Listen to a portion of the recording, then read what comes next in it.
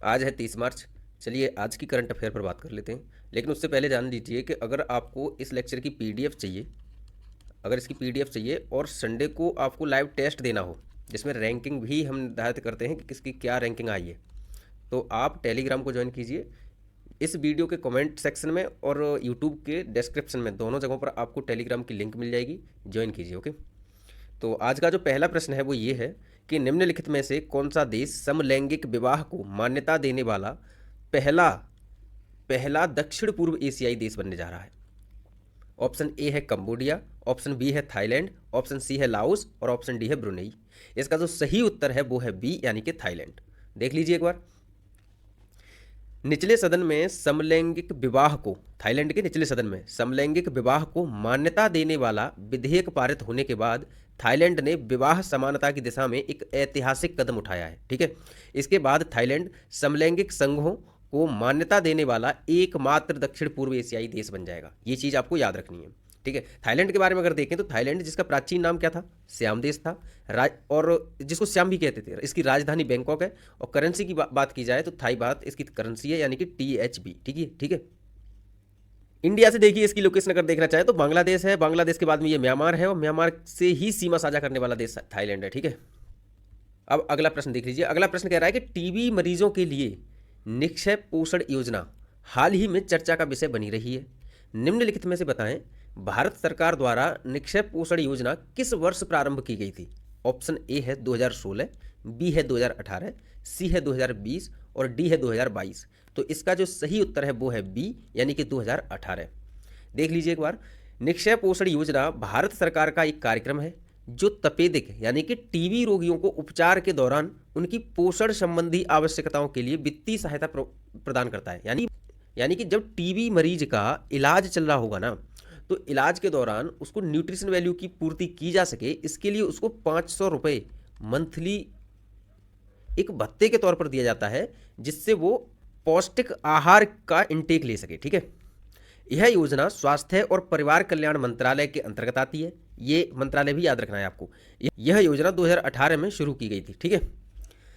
अभी जो अगला प्रश्न ये है कि चर्चा में सिंगुल्ला दर्रा निम्नलिखित में से किस किस को जोड़ता है। देखिए ये इंपॉर्टेंट है और इसके साथ ही आपको ये याद रखना है कि ये चर्चा में क्यों आया है। अभी हाल ही में हमने कल की ही न्यूज़ में पढ़ाया था आपको कि BRO ने एक सड़क का निर्माण किया था, निम्मू पदम दारचा। ये तीसरी कनेक्टिविटी थी जो हिमाचल प्रदेश को लद्दाख से जोड़ने वाली कनेक्टिविटी थी। ठीक है। तो हिमाचल प्रदेश और लद्दाख की जो सीमा है ना, उस सीमा पर एक दर्रा है सिंगुल्ला दर्रा, इसीलिए इसकी चर्चा की जा रही है। और ये सड़क ना केवल इसी एक दर्रे से होकर के गुजरती है, इसलिए ये ज़्यादा महत्वपूर्ण है। Option A Ladakh Tibet, option B Ladakh Himachal Pradesh, option C Himachal Pradesh Uttarakhand और ऑप्शन डी कश्मीर और POK यानी पाकिस्तान ऑक्यूपाइड कश्मीर। तो इसका जो सही उत्तर है वो है बी यानी कि लद्दाख और हिमाचल प्रदेश। ठीक है। देख लीजिए एक बार। सिंगुल्ला, जिसे सिंगोला के नाम से भी जाना जाता है, भारत का एक पहाड़ी दर्रा है जो लद्दाख और हिमाचल प्रदेश के बीच राज्य की सीमा पर अवस्थित है। ठीक है। राज्य की सीमा पर अवस्थित है। यह हिमाचल प्रदेश के लाहौल क्षेत्र को लद्दाख के जास्कर क्षेत्र से जोड़ता है। ठीक है। ये चीज़ याद रखनी है। सीमा सड़क संगठन यानी कि BRO ने मनाली से लेह तक सभी मौसमों के लिए उपयुक्त सड़क की स्थापना की है। यह सड़क केवल एक दर्रे सिंगुल्ला को पार करती है। ठीक है। इसीलिए हमने ये आपको कराया है। अगर आप इसका फिगर देखना चाहें तो फिगर देख लीजिए। ये देखिए, ये लद्दाख है और ये हिमाचल प्रदेश है। ठीक है। और ये जो सुरंग है ना, ये सुरंग इसी रोड पर अवस्थित है जो कि BRO ने इसका निर्माण किया है। अब ये जो सीमा है ना लद्दाख और हिमाचल प्रदेश की, ये सीमा है, ये यहाँ पर है सिंगुल्ला दर्रा। ठीक है। ये देखिए, इस चीज़ को याद रखना है। आगे बढ़ते हैं। अब अगला प्रश्न है कि नोएडा में आयोजित टाइम्स पावर आइकॉन 2024 अवार्ड निम्नलिखित में से किसने प्राप्त किया है। Option A Prabha Varma, option B Uma Rele, option C TM Krishna और ऑप्शन डी विजय जैन। तो इसका जो सही उत्तर है वो है डी यानी कि विजय जैन। बाकी के सारे नाम आपने सुने ही होंगे। इनके बारे में आपने सुना होगा, प्रभा वर्मा के बारे में पता ही होगा कि इनको साहित्यिक सरस्वती सम्मान दिया गया है। साहित्यिक सरस्वती सम्मान दिया गया है। इनकी जो रचना थी उस रचना के बारे में भी आपको याद रखना है कि उनकी रचना रौद्र सात्विकम है। कौन सी है? रौद्र सात्विकम। ठीक है। ये याद रखना है चीज़ें, रौद्र सात्विकम है। इसके लिए इनको साहित्यिक सरस्वती सम्मान दिया गया है। उमा रेले के बारे में भी आपको पता होना चाहिए कि इन्हें महाराष्ट्र गौरव पुरस्कार दिया गया है। महाराष्ट्र गौरव पुरस्कार दिया गया है, महाराष्ट्र गौरव पुरस्कार दिया गया है। और इसके साथ ही आपको टीएम कृष्णा के बारे में भी पता होना चाहिए, क्योंकि इन्हें संगीत कला निधि पुरस्कार दिया गया है, संगीत कला निधि पुरस्कार। ठीक है, ये नाम अधिक महत्वपूर्ण है, याद रखिएगा ये चीज़। ठीक है, आगे बढ़ते हैं अगले प्रश्न की ओर। इसकी एक्सप्लेनेशन को देख लेते हैं एक बार। स्टार एस्टेट के प्रबंध निदेशक श्री विजय जैन को प्रतिष्ठित टाइम्स पावर आइकॉन 2024 पुरस्कार के लिए चुना गया है। हाल ही में नोएडा में आयोजित पुरस्कार समारोह का आयोजन द टाइम्स ग्रुप द्वारा किया गया था। ठीक है, अगला प्रश्न देख लीजिए। अगला प्रश्न कह रहा है कि हाल ही में दुनिया के पहले ओम के आकार का मंदिर निम्नलिखित में से किस राज्य में निर्मित किया गया है। देखिए, ये है ओम के आकार का मंदिर। ठीक है, और ये सैटेलाइट के थ्रू ऊपर से देखेंगे तब का है। Option A Gujarat, option B Rajasthan, option C Madhya Pradesh और ऑप्शन डी आंध्र प्रदेश। तो इसका जो सही उत्तर है वो है बी, यानी कि राजस्थान। देख लीजिए एक बार। दुनिया के पहले ओम आकार के मंदिर का उद्घाटन राजस्थान के पाली जिले के जाडन गांव में किया गया है। ठीक है, यह मंदिर प्रतिष्ठित ओम के रूप में डिजाइन किया गया दुनिया का पहला मंदिर है। ये चीज आपको याद रखनी है। अगले प्रश्न की ओर आ जाते हैं अब। अगला प्रश्न कह रहा है कि हाल ही में पहला परमाणु ऊर्जा शिखर सम्मेलन का आयोजन निम्नलिखित में से किस देश में हुआ है। ऑप्शन ए दक्षिण कोरिया, ऑप्शन बी संयुक्त अरब अमीरात, ऑप्शन सी संयुक्त राज्य अमेरिका और ऑप्शन डी बेल्जियम। तो इसका जो सही उत्तर है वो है डी, यानी कि बेल्जियम। देख लीजिए अब एक बार। इस सम्मेलन का उद्देश्य इस बात का व्यापक मूल्यांकन था कि जलवायु परिवर्तन पर संयुक्त राष्ट्र फ्रेमवर्क कन्वेंशन, यानी कि United Nations framework convention on climate change UNFCCC का कोप 28 के लिए दिसंबर 2023 में पार्टियों के सम्मेलन के बाद दुनिया जलवायु परिवर्तन के साथ कितना अच्छा प्रदर्शन कर रही है। कुल मिला के अभी जो UNFCCC का जो समिट हुआ था ना, जो कोप 28 का जो समिट हुआ था, कोप 28 किस जगह पर हुआ था आपको पता होना चाहिए कि ये दुबई में हुआ था, दुबई यूएई में। तो इस समिट को, यानी जो परमाणु ऊर्जा शिखर सम्मेलन का समिट किया गया ना, इसका ये उद्देश्य था कि भाई कोप 28 का आयोजन जो दुबई में हुआ, उसके बाद में दुनिया क्या कदम उठा रही है ताकि क्लाइमेट चेंज ना हो। ठीक है, मुख्य उद्देश्य इसका ये था। देख लीजिए एक बार और इसका कि शिखर सम्मेलन का आयोजन भाग लेने वाले सरकारों को अपनी रणनीतियों और योजनाओं को प्रस्तुत करने की अनुमति देने के उद्देश्य से किया गया था, जो शुद्ध शून्य उत्सर्जन यानी कि नेट जीरो एमिशन तक पहुंचने और सतत विकास को बढ़ावा देने के लिए परमाणु ऊर्जा का उपयोग करने के लिए उपलब्ध होगा। यानी कि यहाँ पे ना सारे देशों को अपनी अपनी स्ट्रेटजी शेयर करनी थी। ठीक है, यहाँ पर यह बताना था इन्हें कि किस तरह से अगर ये नेट जीरो कार्बन एमिशन की ओर अगर बढ़ रहे हैं तो उसमें इन्होंने क्या क्या स्ट्रेटजी बनाई है और क्या क्या कदम उठा रहे हैं, ये इन्हें समझाना था, एक दूसरे को शेयर करना था यहाँ पर। ठीक है, इसके लिए इसका आयोजन किया गया था। अब बढ़ते हैं अगले प्रश्न की ओर।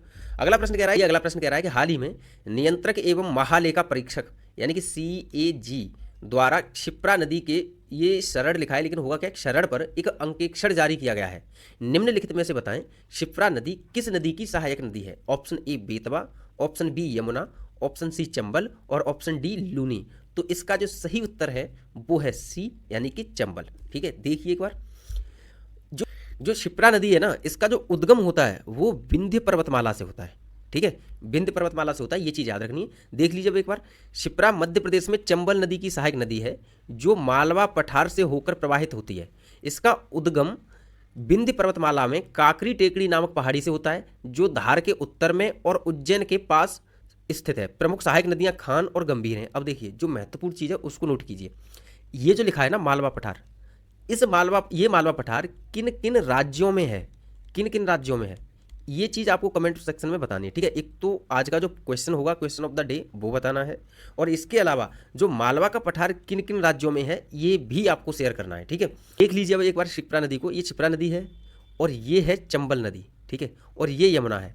तो यमुना नदी में जाकर के चंबल नदी मिल रही है, तो चंबल नदी की सहायक नदी है क्षिप्रा नदी। यहाँ पर ये देखिए, यहाँ पर इस चित्र में देखिए एक बार कि ये है चंबल नदी, ये जो नदी है ये मेन नदी है चंबल नदी, और ये जो नदी है ये यमुना नदी है। तो चंबल नदी में ये जो मिल रही है ना यहाँ पर छोटी सी नदी, ये है क्षिप्रा नदी। और चंबल नदी की अन्य सहायक नदियों का भी जिक्र किया गया है। ये देखिए, ये बनास है, ये काली सिंध है, ये पार्वती है। ठीक है, ये चीज़ आपको याद रखनी है। अब बढ़ते हैं अगले प्रश्न की ओर। अगला प्रश्न कह रहा है कि निम्नलिखित में से किस अमेरिकी राज्य ने नाबालिगों को सोशल मीडिया प्लेटफॉर्म अकाउंट रखने से प्रतिबंधित कर दिया है। इसका ऑप्शन है टेक्सास, ऑप्शन बी है कैलिफोर्निया, ऑप्शन सी है फ्लोरिडा और ऑप्शन डी है हवाई। तो इसका जो सही उत्तर है वो है सी, यानी कि फ्लोरिडा। ये देखिए एक बार देखना चाहें, ये नॉर्थ अमेरिका है और नॉर्थ अमेरिका में ये है संयुक्त राज्य अमेरिका है, यानी कि यूनाइटेड स्टेट ऑफ अमेरिका। इसमें जो ये वाला रीजन है ना, ये मैक्सिको की खाड़ी के पास वाला रीजन, ये रीजन है फ्लोरिडा। ठीक है, द गार्जियंस की खबर है ये देख लीजिए एक बार। आगे बढ़ते हैं अब। फ्लोरिडा के गवर्नर रॉन डिसेंटिस ने एक विधेयक पर हस्ताक्षर किए हैं जो 14 साल से कम उम्र के नाबालिगों को सोशल मीडिया अकाउंट रखने से रोकता है। कानून के अनुसार 14 और 15 साल के बच्चों को मेटा यानी कि फेसबुक, टिकटॉक और अन्य प्लेटफॉर्म पर अकाउंट बनाने के लिए माता पिता की अनुमति की आवश्यकता होगी। फ्लोरिडा में सभी सोशल मीडिया उपयोगकर्ताओं को अपनी उम्र सत्यापित करने के लिए पहचान दस्तावेज जमा करने होंगे। ठीक है, ये ऐसा कदम उठाने वाला पहला राज्य बन गया है संयुक्त राज्य अमेरिका का। ठीक है, देखिए अगला प्रश्न। देखिए अगला प्रश्न कह रहा है कि चर्चा में रहा बन्नी घास का मैदान निम्नलिखित में से किस राज्य में विस्तृत है? Option A Gujarat, option B Rajasthan, option C Karnataka और ऑप्शन डी महाराष्ट्र। तो इसका जो सही उत्तर है वो है ए, यानी कि गुजरात। ये देखिए ये गुजरात का रीजन है और इसमें जो ये वाला रीजन है ना, ये वाला रीजन जो कच्छ वाला रीजन है, इस रीजन को एक बार यहाँ देखिए। ठीक है, ये देखिए ये है कच्छ वाला रीजन और इसमें जो ये बीच में छोटा सा भाग है ना, ये है बन्नी घास का मैदान। ठीक है, ये चीज़ आपको याद रखनी है। अब देख लीजिए एक बार इसकी एक्सप्लेनेशन। गुजरात राज्य में कच्छ जिले की उत्तरी सीमा पर स्थित बन्नी घास का मैदान भारत में सन्निहित घास के मैदान के सबसे बड़े हिस्से में से एक है। इसी मैदान में लूना क्रेटर नामक एक संरचना है। देखिए लूना क्रेटर है, इसको क्यों यहाँ पर रखा गया है? क्योंकि ये भी काफ़ी चर्चा का विषय बना रहा है हाल ही में।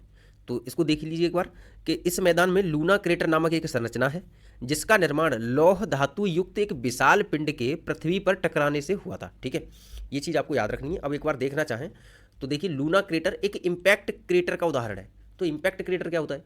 इम्पैक्ट क्रेटर वो होता है कि जब कोई क्षुद्र ग्रह या उल्का पिंड पृथ्वी से टकराता है तो टकराने के बाद में जो एक बड़ा सा गड्ढा बन जाता है, तो ऐसे गड्ढा या क्रेटर को हम क्या कहेंगे? Impact crater. ठीक है, तो देखिए इम्पैक्ट क्रेटर तब बनता है जब क्षुद्र ग्रह या उल्का पिंड जैसी वस्तु किसी ग्रह या चंद्रमा जैसी बड़ी ठोस वस्तु की सतह से टकराती है। भारत में इम्पैक्ट क्रेटर के अन्य उदाहरण के रूप में देखें तो देखिए लोनार झील, ये भी इम्पैक्ट क्रेटर का उदाहरण है जो कि महाराष्ट्र में है। रामगढ़ झील राजस्थान में है, ढाला मध्य प्रदेश में है और लूना क्रेटर गुजरात में है ही। तो अगर आप देखना चाहें तो ये है लूना क्रेटर, ये सैटेलाइट के थ्रू इसका इमेज लिया गया है। ये देखिए ये लूना क्रेटर है और ये देखिए ये एक और चीज़ समझाने के लिए मैंने लोनार लेक का भी चित्र डाल दिया। ये लोनार लेक है, ठीक है, जो कि महाराष्ट्र में है। ये सभी इम्पैक्ट क्रेटर के उदाहरण है, ये याद रखना है आपको। ठीक है, आगे बढ़ते हैं। अब आ जाते हैं वन लाइनर क्वेश्चन की ओर। इसमें जो पहला प्रश्न है वो ये है कि भारत की राष्ट्रीय आपदा प्रबंधन प्राधिकरण यानी कि नेशनल डिजास्टर मैनेजमेंट अथॉरिटी के एक शीर्ष अधिकारी कमल किशोर को संयुक्त राष्ट्र महासचिव एंटोनियो गुटेरस ने आपदा जोखिम न्यूनीकरण के लिए अपने विशेष प्रतिनिधि के रूप में नियुक्त किया है। ठीक है, याद रखना है ये। और ये याद रखिए बसिरो दियोमाए फे को सेनेगल का राष्ट्रपति चुना गया है। ये अधिक महत्वपूर्ण नहीं है, लेकिन कहीं ये ना दिमाग में चला जाए कि लगता है सब कुछ कंप्लीट नहीं करा रहे हैं इसलिए हम ये चीज़ लेके आ रहे हैं। ठीक है, लेकिन ये बहुत अधिक महत्वपूर्ण नहीं है। हाँ, यही अगर एग्जाम से 2 महीने पहले होता, 1 महीने पहले होता तो ये महत्वपूर्ण होता। अब देखिए अगला, पुर्तगाल के मध्य दक्षिणपंथी नेता लुइस मोंटेनेग्रो को नया पीएम नियुक्त किया गया है। देख लीजिए इसको एक बार। भारत की पहली आर्टिफिशियल इंटेलिजेंस आधारित फिल्म इराह है। ठीक है, ये याद कर लेना है आपको, ये इंपॉर्टेंट है। फिल्म बिग फिल्म मीडिया द्वारा निर्मित और सैम भट्टाचार्य द्वारा निर्देशित है। अब जो कल का प्रश्न था उसको एक बार देख लीजिए कि विंग्स इंडिया 2024 अवार्ड समारोह में चैंपियन इन एविएशन अवार्ड निम्नलिखित में से किस राज्य को प्रदान किया गया है? Option A Rajasthan, option B Uttar Pradesh, option C Himachal Pradesh और ऑप्शन डी तेलंगाना। तो इसका जो सही उत्तर है वो है बी, यानी कि उत्तर प्रदेश। तो हाँ, इसका आंसर भी कई लोगों ने दिया था, कई लोगों ने कमेंट सेक्शन में इसका आंसर दिया था और उनका सही भी था। ठीक है, तो आज के लिए जो क्वेश्चन ऑफ द डे है वो ये है और इसका ज़्यादा से ज़्यादा लोगों को आंसर देना है। हाल ही में क्रिकेटर रचित रविंद्र को सर हैदली पदक से सम्मानित किया गया है, ये आपको पता है। अब बताना है कि वह किस देश से संबंधित हैं। Option A Australia, option B South Africa, option C New Zealand और ऑप्शन डी श्रीलंका। ठीक है, इसका उत्तर देना है कमेंट सेक्शन में। आज की क्लास में इतना ही, कल मिलते हैं।